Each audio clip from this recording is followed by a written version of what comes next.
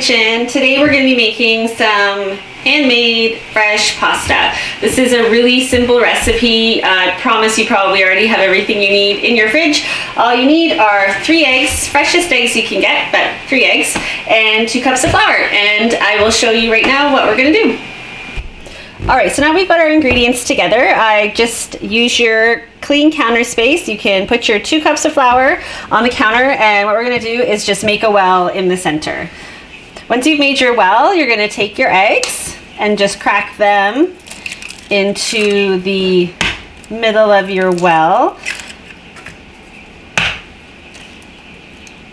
And then we're just going to take our fork and just get these incorporated together. Do the best you can. Making pasta for the first time, and usually any time, can be quite messy, so don't be too hard on yourself. Once your eggs are sort of all scrambled together, we're just going to slowly incorporate the flour in by taking the flour from the inside edges of the well and just working it into the eggs. If your eggs decide to jump out of the well and run all over your counter, that's okay. It's eventually going to be a big ball of dough. This is a really fun thing to do with your kids. So if you want to get their help, that is a great idea. So we're just gonna keep doing this until everything has come together. And then I'll show you where to go from there. Okay, so this is just about a minute or two of just getting all of our dough together. So at this point, you kind of have a scraggly mess. You can just push this extra stuff aside that's not really getting absorbed into your dough. And then you're just going to knead your dough for about 5 minutes.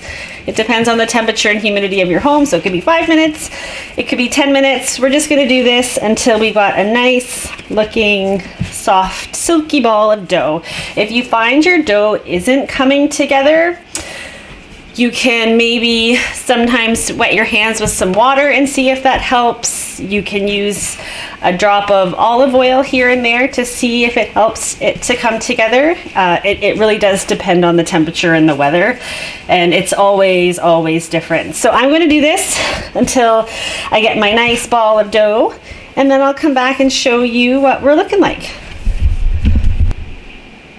All right, so here is your ball of dough. It's pretty soft. It's not as silky as I would have liked it, but it's pretty dry in our house today. So this is your end result as far as dough is concerned. If it takes you a while to get there, don't worry. Every time I make pasta, it's different. I very rarely have something that comes up the same every time. So at this point, we're gonna let the dough rest. The reason you wanna let the dough rest is so that it can absorb the liquid that we've mixed into the dough, and we can let the gluten relax and just chill out so that we can have a really nice, pliable noodle. So just wrap this in some plastic wrap. You can leave it to sit on the counter. We're gonna rest for about 30 minutes. If you don't need your dough right away, you can put it in the fridge for up to 24 hours. And then when you take it out, you wanna give it at least 30 minutes to come back up to room temperature. But we're gonna be making noodles pretty quick, so I'm just gonna leave this to rest for 30 minutes on the counter. So here you are with your rested pasta dough. We're gonna make 3 shapes by hand. So this is great if you do not have a pasta machine. We're gonna make 2 versions of gnocchi sardi. We're going to make some orecchiette, and we're gonna make a couple versions of cavatelli. They might have different names, so I apologize if I have done this wrong. So get a cutting board out, get a little bit of flour, and I will show you what else we can use to make these shapes. Okay, so here we are. I have broken a small piece of dough off of my big pasta ball, and I'm just gonna roll it into a log. I like to use my wooden cutting board for making my pasta shapes. You can use whatever you like. The wooden board seems to work out really well. So I just rolled this into a log, and what I'm gonna do is just make about little pieces, cut off little pieces that are about a quarter of a teaspoon, and I'll cut a few extra. I'm just going to put these over here. For a gnocchi sardi, you generally want to have a gnocchi board. If you don't have a gnocchi board, that is absolutely okay. If you do, you just put your little piece of dough here, you push down with your knife, and you pull back. And that is your gnocchi shape. These are so easy, and they're so cool to make. They look really pretty. I really have a good time making these. The kids can do these too. Once you get into the swing of this, it's a little bit relaxing, I find, for me. I think the kids really like doing it for sure. So that's your gnocchi sardi. So just knife down, push down, and pull back on your dough. If you don't have a board, which is totally fine, you can use the back of a fork. So you're just going to place your dough at the top here. You're going to push down, and off it comes off the fork. So that just makes a little bit more of a rustic looking pasta, and there's nothing wrong with rustic looking pasta because it tastes great because you made it at home. So you can continue with that if you like. It doesn't have to be anything fancy. So that's our gnocchi sardi. I'm going to take you over to make some orecchiette next. Alright, so same thing that you did for the gnocchi sardi, you're going to do for your orecchiette. So we've made a little log. We're going to cut about 1/4 teaspoon size pieces. And we're going to get our knife and just push our knife down. We're going to put our finger here, and we're going to push down and pull back with the knife. And once you get this little guy on your finger, you're going to turn him inside out. And that is your orecchiette. This was a tricky one for me to get the hang of. I am still not a big pro at it, but again, it's homemade pasta. It's a nice rustic looking pasta. Once you get into this, I've done this for a big casserole, and once you're about an hour into making noodles, you kind of get the hang of it. But that's pretty much all you have to do. It's just practice. So knife on, we're going to push down and pull back, and then just flip this little guy over. And that's your orecchiette pasta. I like to use this one in soups, but it's also a really great pasta for tomato sauce. Not a chunky tomato sauce, more of a smooth tomato sauce. So there's your orecchiette. And I'm going to hop right over into a version of cavatelli that I do. So same thing, just cut your pieces, get your knife. So it's basically like gnocchi sardi but without the ridges. So we're just going to push down and pull back, and there's your cavatelli. Another fun way to do it, and I think it might go by a different name, so please correct me, let me know if I've put another pasta in this cavatelli section. We'll just get our little piece of pasta, so you don't need your knife for this. You're just going to roll it out into like a little tapered piece here, and with 1 or 2 fingers you're just going to pull back, push down and pull back on the dough. And this is just another fun shape for the kids to do, for you to do. If you're just looking to do something, make some fresh pasta. So just push down and pull back, and there's another really fun shape for you. So those are the really simple hand-rolled pastas that I like to make. If you don't have a pasta roller, I will show you what you can do with a rolling pin, or if you bought a pasta roller and you're looking to learn some other shapes, I'll show you a couple of those as well. So I'm just going to go over a pasta machine quickly with you if you're interested in buying them.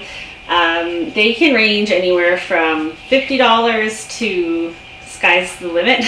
I started on a $50 pasta machine. It basically, you pay more, the quality goes up. I was lucky enough to get a new one for my birthday. So this is basically what it is. This is your pasta machine. It attaches to the counter, or mine does anyways. You can get ones that have a hand crank. You can get ones that do all of the hand cranking work for you. They always come with an attachment. So this one makes tagliatini and tagliatelle think that's right. And this just basically goes on to the back of your machine after you've rolled out your flat sheets, and then you can choose which type of pasta you'd like to cut. For us though, because we may not have a pasta machine at home, or you may have just bought one, we're just going to focus on what you can do with a flat sheet of pasta. So you're very welcome to get your rolling pin out, and you can roll your dough out nice and flat as you can get it. Or you can put it through your pasta machine, which basically, I'll give you just a quick demo. It's got different settings for thickness. So you start at the biggest setting, which is either a 0 or a 1, and you just work your pasta through. So the first time you go through, you're gonna put it through, you're gonna fold it like an envelope, and then you're gonna put it back through. And then you're going to go through the thicknesses until you get it to the thickness that you want. So I'm gonna go pretty thin with this one, and I'm gonna show you how to make just a couple of really simple shapes with a piece of flat dough. This shape is called pappardelle. Basically what you do is just roll your pasta out, make sure it's nice and floured. You're gonna fold it over, take a nice sharp knife, and you're going to cut some big strips of pasta. And that's really, really long. You can cut this in half. So these are a really great, easy, quick shape to make. So that's pappardelle. You can just make sure you cover this in a lot of flour, and you can put it off to the side and continue your pappardelle if you're going to make more. So you would just want to lay it out in strips and continue the process. Here's another quick shape we're going to make. So this is just a pastry wheel. You can use a knife, you can use a pizza cutter. We're going to make some farfalle, so that's a bow tie pasta. So you're just going to cut out, I'm terrible at making squares. You're going to cut out something close enough to a square, kind of a rectangle, and we're going to make our little bow ties. So all you need to do for this is just get your square. We're going to put one finger in the middle and one on each end, and we're going to push it together and take our finger out. Oh, that is a beautiful, that's a beautiful bow tie. So that's your farfalle. And these ones are fun. My kids like to make these ones. Pretty bow ties. So again, just finger in the middle, one finger on top and bottom, and you're just going to squeeze them together. And you can make these lovely little farfalle pasta. And for the last quick shape that I wanted to show you, if you do have that gnocchi board, it's nice to have for garganelle. So what you want is your gnocchi board and a wooden dowel. This is covered in food coloring, but it does the job. So you're going to put your kind of square, because I can't cut squares, on your gnocchi board. We're going to wrap this around, and we're just going to push down and roll, and you've got beautiful garganelle pasta. This is a really nice one. It looks so great. Make sure you've got enough flour on your dough so it doesn't stick to your dowel. You can also do this just on the counter without the ridges, and you still get your basic shape. So those are, if you wanted to roll out your dough, some of the things that you can do. And I promise, if you love pasta, you will love it even more when you make it at home yourself. So there you have it. We made pasta. We made a lot of pasta, actually. I'm excited to see what my pasta really looks like tonight specifically, because I can't wait to eat this up. So I hope that you followed along. I hope that you enjoyed watching and learning how to make all of these different types of pasta shape, and I hope it inspires you to try making this at home with your family. If you do make your pasta at home, I'd love to see how yours turned out. I'd love to answer any questions that you might have, and I'd love to know if there's anything else that you'd like to see me making. If you'd like to see the sauces that I use, the sauces that I make, please let me know. And thank you for joining me in my kitchen again. Hope you have a great day.